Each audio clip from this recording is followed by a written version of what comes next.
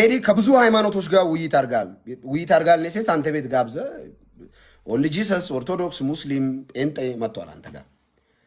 በጣም ስትሰማ ልብህን የማረከና እስቲል ነው ልብህን የያዘ ይሄ እውነት ደግሞ ቢነገረኝ የምትለው የትኛው እውነት ነው? ከነዚህ ሶስቱ ቤተ እምነቶች ከነገሩ እውነት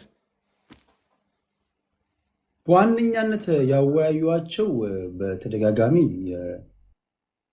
የኢትዮጵያ ኦርቶዶክስ ተዋሕዶ ቤተክርስቲያን እምነት ተከታዮች እና የፕሮቴስታንት እነሱን ነው። ሁለቱም የየራሳቸው እውነት አላቸው። ይሄኛው ነው ምለው ነገር የለም። ግን ካየሁት ኤክሰፕት ከአንዱ በስተቀር በትህትና ወይም ደግሞ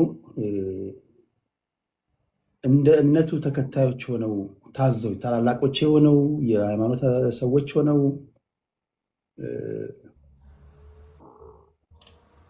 ከማየው ከስነ ምግባር ማን ማረከ ብትለኝ ምንም ይሄ መሽንገላ አይደለም፣ ምን አይደለም። የኢትዮጵያ ኦርቶዶክስ ተዋሕዶ ቤተክርስቲያን አስተማሪዎች በጣም ብዙ ጊዜ ተናግረዋል። በጣም ከባዱን ነገር ማንም ሊያስበው የማይችለውን ነገር ቀላል እንዲሆንልኝ አድርገውኛል ብዬ አስባለሁ። እሺ አሁን እኔ ስለ ሰባኪዎች ዲሲፕሊንና የጸባይ ማረሚያ ማሻሻያ አይደለም የጠየቅኩ እውነታቸው የትኛው ነው? ወደ መንፈሳዊ ዓለም ሁለቱም የራሳቸው እውነት አላቸው። ሁለቱም እውነታቸው የራሳቸው እውነት አላቸው። ልብህን የያዘው እውነት የቱ ነው እንጂ የሰዎችን ባህሪ ንገረኝ አላልኩም። ልብህን የያዘው እውነት ትምህርት እነግርሃለሁ። አሁን ለጊዜው ስላልመረጥኩኝ ከኢትዮጵያ ኦርቶዶክስ ተዋሕዶ ቤተክርስቲያን በጣም የሚገርም እውነት አይቻለሁ። ሽንገላ ምናምን ሳይሆን የሚገርም እውነት አስተምሮ አይቻለሁ። ከፕሮቴስታንት እምነት ተከታዮች የሚገርም አስተምሮ አይቻለሁ። እሺ በጣም የሚገርም። ስለዚህ ወደፊት ሃይማኖቴን ስወስን ደግሞ ይፋ አድርጋለሁ። እሺ ቴዲ መጽሐፍ ቅዱስ አንብበህ ታውቃለህ? የኢትዮጵያን ቁጥር ለመጀመሪያ ጊዜ የእኛን ቁጥር ያወቅሁት መጽሐፍ ቅዱስ ሳነብ ነው እና የተክለ ጻድቅ መኩሪያን የኢትዮጵያ ታሪክ ሳነብ ነው እና መጽሐፍ ቅዱስ አነባለሁ በደንብ። ስለ ጌታ ኢየሱስን ታውቀዋለህ መጽሐፍ ቅዱስ ካነበብክ ማለት ነው? ወይ ደግሞ ስለሱ ሰምተሃል? ወይ ደግሞ የሚነገረውን ሰምተህ ታውቃለህ? በራሴ ደረጃ በራሴ የንባብ እንትና ከምሰማው ምድር ኃያላን ብላ ከደረደረቻቸው ሰዎች አንጻር ወይም ደግሞ ምድር አንቱታን ሰታቸው ጣሪያ ላይ ከወሰዳቸው ሰዎች አንጻር ኢየሱስን ይሄ ነገሩ ለየት ያደርገዋል፣ ለንጽጽር አይቀርብም የምትልበት ፖይንቱ የኢየሱስ ደስ የሚል እሱ ስለሱ ስታነብ ወይ ደግሞ እሱን ሰምተህ በጣም ያስገረመህ ነገር? እኔ ከኢየሱስ የሚገርመኝ ተከታዮቹ ጋር የሌለ ስለ ኢየሱስ የሚናገሩ ሰዎች ቁጡ ናቸው፣ ኃይለኞች ናቸው፣ ትዕግስት የላቸውም። የሚሰብኩት ኢየሱስ ግን በጣም ትዕግስተኛ ነው፣ ትሁት ነው። እኔ በጣም ባስበው አልመጣለኝ ነገር ነው። ተቀበለው የሚሉ ኢየሱስ እና ተቀበለው ብሎ የሚነግር ሰውዬ የሰማይና የምድር ልዩነት አላቸው። ሰው ስለ ኢየሱስ ያይገርመኛል። በተረፈ ግን ሁልጊዜ ስለ ኢየሱስ ሳስብ አራት ነገሮች አሉ። የመጀመሪያው ኢየሱስ የሞተ አስነስቷል፣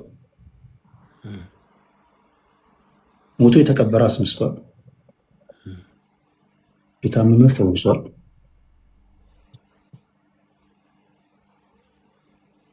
ኢየሱስ ክርስቶስ ዱዳ እንዲናገር አድርጓል።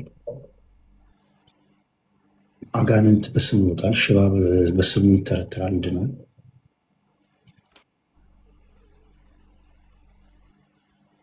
ኢየሱስ በጣም ከሚገርመኝ ከሰራቸው ድንቅ ነገሮች በተጨማሪ ለማስተማር የሚጠቀማቸው ቃላቶች በጣም ይደንቀኛል። ለምሳሌ ገበሬ ጋር ሲሄድ እያንዳንዱ ሙያ የራሱ ቋንቋ አለው። ለምሳሌ ዶክተሮች መሃል ስትቀመጥ በሕክምና ተርሚኖሎጂ ነው የሚጠቀሙት። እነሱ ላይገባ ይችላል። ዶክተሮች ጋር ሄደ በእግር ኳስ ቋንቋ አትነጋገርም። እግር ኳስ ተጫዋቾች ጋር ስትሄድ በእግር ኳስ ቋንቋ ነው የምትነጋገረው። ሁሉም ነገር የራሱ ቋንቋ አለው። ኢየሱስ በሄደበት ቦታ ሁሉ ማህበረሰቡ እንዳለበት ነባራዊ ሁኔታ ቋንቋቸውን ይጠቀማል። ለምሳሌ ገበሬ ጋር ሲሄድ በግብርና ቋንቋ ይጠቀማል። ዘሪ ዘር ሊዘራ ወጣ ይላል። አሳ አጥማጅ ጋር ሲሄድ አሳ በማጥመድ ምሳሌ ይሰጣቸዋል። ግብር ሰብሳቢዎች ጋር ሲሄድ በግብር ሰብሳቢ በታክስ ቋንቋ አወራቸዋል። ነጋዴ ጋር ሲሄድ በንግድ ቋንቋ ምሳሌ ይሰጣቸዋል። ኢንድ ሪዘልቱ ምንድን ነው? ሰዎች እንዲገባቸው እንጂ እንዲወሳሰብባቸው አይደለም። ዓላማ ሰዎች እንዲገባቸው ከሆነ ሊገባቸው በሚችል ቋንቋ ማስተማር እንዳለብህ ራሱ ይነግራል። ገበሬው ጋር ሄደ በምህንድስና ቋንቋ በኢንጂነሪንግ ቋንቋ ብትናገር ቃሉ ትክክል ሊሆን ይችላል፣ ገበሬው ግን አይገባውም። እና እንደየቦታው እንደየሁኔታው የሚጠቀማቸው ምሳሌዎች ራሱ በጣም ይገርመኛል። በጣም በጣም በጣም ነው የሚደንቀኝ። እሺ መለስ እያደረኩ ደግሞ ልጠይቅ። የሐዋሳ ልጅ ነህ እንግዲህ። ሐዋሳ እኔ በጣም ነው የምወዳት። የደቡብ ልጅ እንደመሆነ መጠን ድሮ የክልል መቀመጫ ከተማም ከመሆኑ አንጻር እንመጣ ነበር ለሽርሽር ራሱ በአመት ምናምን አንድ ጊዜ ፋሚሊ ወስደን ነበር። በተለይ ትምህርት ቤት ስናልፍ ምናምን ሐዋሳ ነበር። የሐዋሳ ልጅ ነህ እና የሐዋሳ ልጅነት ምን የተለየ ነገር አለው ቴዲ?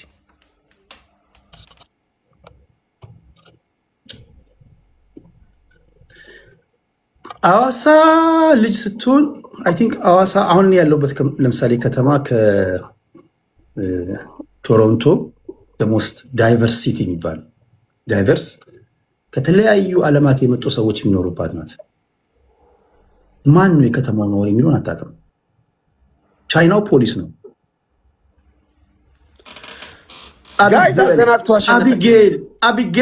አቢጌል አሸነፈኝ። እንዲህ ሰርፕራይዝ ዳይሬክሽን ሰርፕራይዝ ያርግ አሸነፈኝ።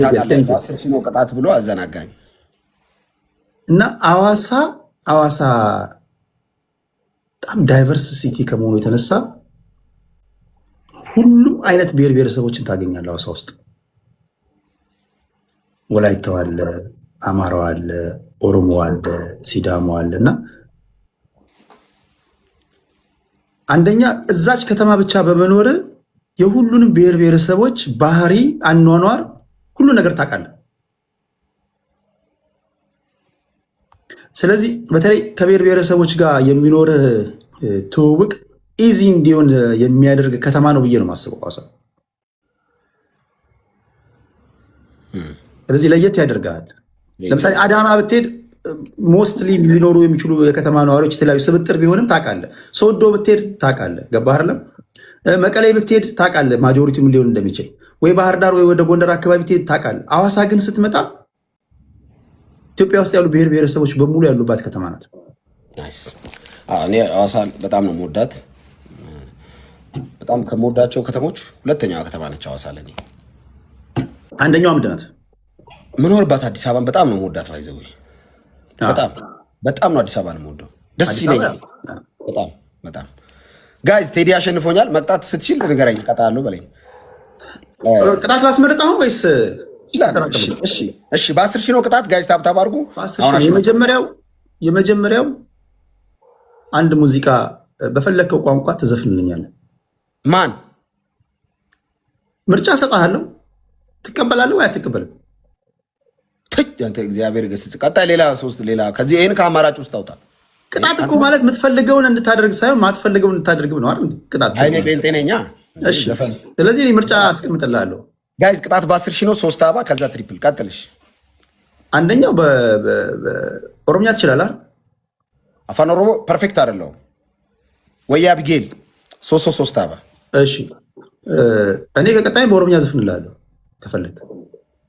አንድ ከቻልክ ትዘፍናለህ። ሁለተኛ ዘፈን ውጣ። እኔ አልቀጣም። ዘፈን ጴንጤ ነኝ ቴዲ። ለምን እንደምታናድደኝ? ምርጫ ነው እኮ የምሰጠህ። እሺ አቢጉዬ። ሁለተኛ ቋንቋ ትናገራለህ በደንብ? አዎ። ሌላ አንድ ሰው አንድ አበባ። እሺ በወላይትኛ ትሸልላለህ? ሽለላ የለም። እኔ ከኔ ከመንፈሳዊ ህይወቴ ጋር የሚሄድ ጥያቄ ጠይቀኝ። ሽለላ በወላይትኛ እኔ እንዳልካቸው ዘነበ ምናምን ያው ሽለላ ልስበክ። በወላይትኛ ስለ ኢየሱስ ላውራ። ለምን እንደምታበሳጨኝ? እሱማ አንተ የምትፈልገው ካደረግኩልህ ምኑን ቅጣት ሆነ እኮ አሻሽላ። አሁን አንተ ሶስቱ ምን ሽለላ በወላይትኛ ሽለላውን ተው። አሁን እኔ ወንጌል ነው የምሸልልበት። አንተ የምትፈልገውን ከሰጠውማ ምኑን ቅጣት ሆነ ታዲያ? ምን ብዬ ነው የምሸልለው በወላይትኛ? አይ ዶንት ኖ። ቴዲ ብዙ ሰዎችን ጋብዛል ቤት ላይ ገስት፣ ፖለቲካ አቋም ያላቸውን የብሔር ፖለቲካ አቀንቃኞችን፣ ሃይማኖተኞችን ምናምን ጋብዛል። ምን አለ ይሄ ሰውዬ ቤቴ ገብቶ እች ሴትዮ በምን ቀን ነው ቤቴ የገባችሁ? ቲክቶክን አበሰበሰችው የምትላት ወይም የምትለው አንድ ሰው የጋበዝኳት ቀን የተረገመችውን የምትላት ወይ የምትለው በፊት ማን ምንድን ነው የሚለውን እስካውቅ ድረስ ባህሪያቸውን እስካውቅ ትንሽ እያንዳንዱ ንግራቸው የሚያሳቀኝ ልጆች ነበሩ። ከፖለቲካው ቀስ እያልኩኝ በራሳቸው የመጫወቻ ሜዳ እያሸማቀኳቸው አባሪያቸው አሁን ስነ ምግባር ያላቸውን ብቻ አስቀርቻለሁ ብዬ አስባለሁ። በፊት ግን ከአንዱ አረፍተ ነገር ወደ አንዱ ሊሸጋገሩ ሲሉ የሚያሳቁኝ ሰዎች ነበሩ። ምን ሊል ይሆን ሊሳደብ የተሳቀኩ መሰማላቸው ነበሩ። በግልጽ ምንም መሽንገላ ሳያስፈልገው በግልጽ ጋጥ ወጦች ነበሩ። አሁን ግን አንድም ጋጥ ወጥ የለም። በተለይ ካለፉት 2 ዓመታት ወዲህ ጤናማ የሆነ ውይይት ይሰማሉ እንጂ ይሄ ነው ምለው ፖለቲከኛ የለም። በመሀል ባላቀው ግን አዲስ ተሳዳቢ ሰው ማስጨርስ ምናምን ካለ ምን እንዳወረድኩት ማውረድ ነው፣ እንዳወጣሁት ማውረድ ነው። ምንም የሚከብደኝ ነገር የለም። ይገርማል ቴዲዬ፣ አሸንፌያለሁ። አይገርም? አዮ የመጀመሪያ ቅጣት እኔ ማነበው መጽሐፍ ቅዱስ እንዴ በኢንተርቪው መሀል ነው እንዴ የምትቀጣኝ? ኖርማል እኮ ጌም አልገባም። ተነጋግረን ነው የገባ ነው። እያወራን ትቀጣለህ። ኧረ ጆካ ይዞ ማሸነፍ እያወራን ትቀጣለህ አላልኩም? ለኔ ቤተሰቦች ብያለሁ። አቶ ቴድሮስ ትልቅ ሰው ነው። እንደዚህ አይደለም እኮ ቅጣትና ምን አካውንት አለ። እሺ አሁን ትቀጣለህ። በ5 ሳይሆን ቅጣት ከ10 ሺህ በታች ማቅጣት እንዴት ነው? አሁን እኮ እኔ ተመስጬ እኮ ለጥያቄ እኮ መልስ እየሰጠሁ እኮ። እሺ በ10 ሺህ እሺ፣ ከ10 ሺህ በላይ ቅጣት አይሆንም በሚለው ተስማምተናል። እኔ ያው ትቀጣለህ። ይሄን ነግሬሃለሁ። ይሄን በጆካ ይዞ ተቀጣ ይለኛል እንዴ? እሺ እየጠየቅኩ መብት ነው ፋሚሊዎች ጊፍትን እንዲሰጡ ማድረግ። እሺ 10 ሺህ ከገባ ትቀጣኛለህ። እሺ ትቀጣለህ። በቃ ባንድ ቤስት ኦፍ 3 አይደለም 10 ሺህ ከሆነ በአንድ ጌም ነው። እሺ ይቀጣለህ። አሜን ነው። እሺ